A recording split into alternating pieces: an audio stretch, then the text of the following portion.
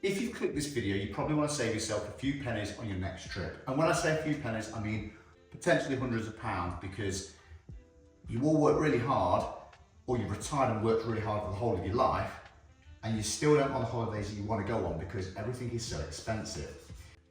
Because at the end of the day, everybody loves a bargain. So like most things in life, timing is everything. And if you are looking to go to Europe, then booking 6 to 8 weeks before you travel is probably the best.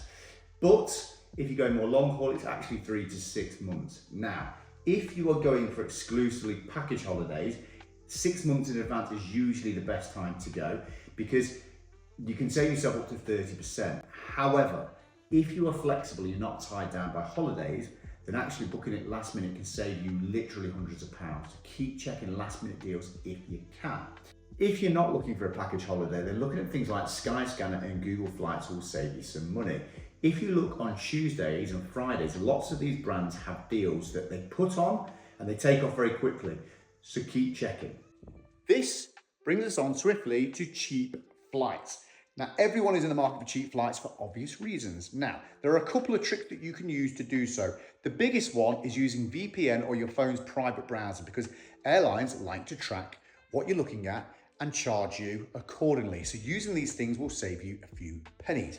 The other thing you can do is if you book a flight on a Tuesday or Wednesday as your midweek flight, you will save yourself pennies here too.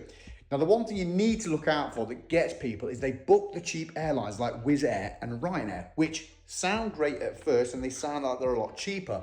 However, there are lots of common fees that they add into their prices, so make sure you check before you get. Next on our list is accommodation. Meet Rabbit. Now, I love Booking.com as much as the next 30-year-old man lying in his daughter's bed to try and get an interesting YouTube shot. However, there are many better alternatives out there. Google Hotels and Agoda are two very, very good alternatives that will offer you better discounts.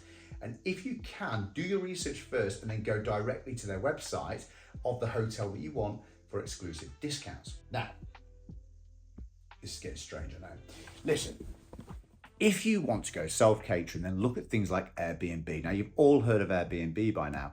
However, if you go and put your radius slightly wider than you want and look, for example, if you go to Malaga, but you put, instead of being the city centre, you look for a 15-mile radius, you will find yourself bargains, because people on Airbnb are willing to give away better prices, so you come and stop in their accommodation. So check it out. I just stood on a stairgate. And if you want real budget friendly and you're not so bothered about luxury, then check out things like Premier Inn and Ibis that offer loads of good alternatives around Europe and the UK, where you'll save yourself lots and lots of money. I've always wanted to slide into a shop, and you may think, Richard, why are you on the floor looking at lemons? Because this is the lemon jungle, and this is where you get the wisdom of travel hacks. And yes, I'm doing this because it's an interesting camera shot.